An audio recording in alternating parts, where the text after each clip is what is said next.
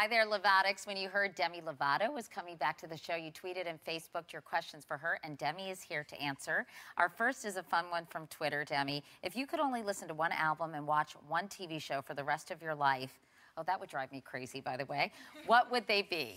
Ed Sheeran, and whatever his new album is, I don't know what it's called, I just listen to every single song on it, note word by word, and Homeland. Homeland. I'm obsessed with Homeland. Yeah, it's good. All right. Grace wants to know what you do to warm up before you start to sing. And could you do a little Demi for... Demi, could you do a... I could do some Demi for you. Could Demi do a little demo for us? I do these things that, like this. They're like...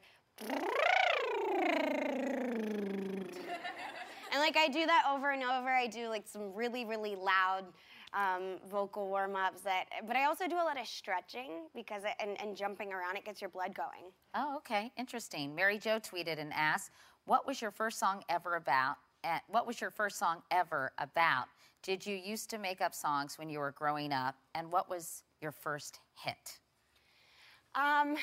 I'd like to think that my first song I ever wrote was a hit, but unfortunately it was about butterflies and like puppies or something. Yeah. I think I was about 7 years old and I wrote it. It was about having butterflies in your stomach when you like a boy and all that stuff. Do you remember it? Yes. Can you sing a little bit of it? Oh my God, okay. Butterflies, if only you could, oh wait, no. Butterflies, weak in the knees. If only you could see the butterflies in me. That's good. That's good. How old were you when you wrote that? I think I was like 7. I can't believe I just did that. We like it. Thank and what was you. your first hit? I don't know my first hit. What do you guys think? Get Back, or another song that's really embarrassing called Moves Me. But I guess, you know, Skyscraper really broke out for me. Which was a really, really incredible time in my life. I finally felt like I was breaking out of the Disney mold and taking a more mature route in my career, so that was awesome. When you heard that song on the radio for the first time, was that an incredible feeling? Absolutely. I think it was actually here in New York. It was just so amazing, and I was so excited. It's so surreal, too, and even now when I hear Heart Attack on the radio, and soon Neon Lights, it's still... Thank you. It's still so surreal to me, and I always blare it, and I'm like, I don't care if I look like an idiot. Driving down the street, I'll roll down the windows like, that's my song! Well, Demi Lovato, it's so good to see you. Thank you. And thank you all for tweeting your questions. Don't forget to watch Demi right here on Katie. We'll see you later. It strikes me as I'm sitting here talking to you, Demi, that you're 21. You grew up sort of in the Disney world. You've been on television, as we saw with Barney, since you were an itty-bitty girl.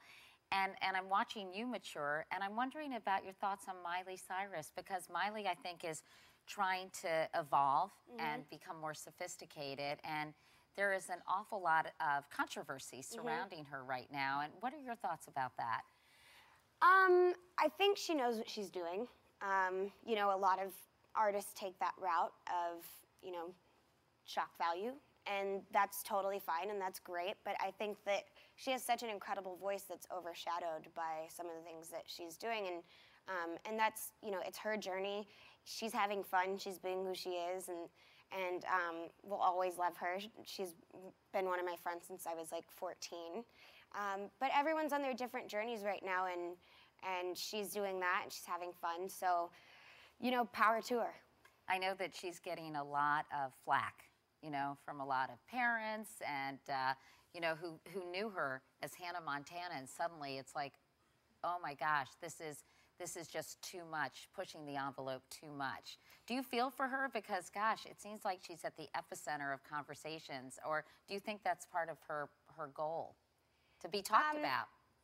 I think, you know, like I said, she knows what she's doing. People are talking about her. People are talking about her VMA's performance, and now twerking, I think, is in the dictionary.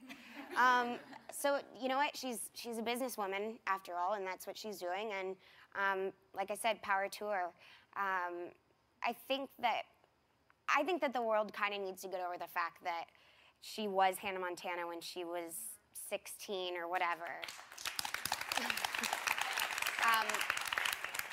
You know, same thing with me. I guess my transition was a little easier because I went straight to rehab, but I didn't twerk. I just went to rehab. But you know, it's something that is just, you don't, like, nobody knows her and nobody really knows who I am, and same with, you know, Selena and Jonas and everybody who's grown up in front of the public eye, and we're adults now, and like, I'm 21, what? Like, that's crazy. And I'm nowhere near the same person as I was when I was 15 or 16, thank God. But I've learned a lot and I've grown up, and we're all in the process of doing that. So go a little easy on us, America. Let it go, can't hold it back anymore.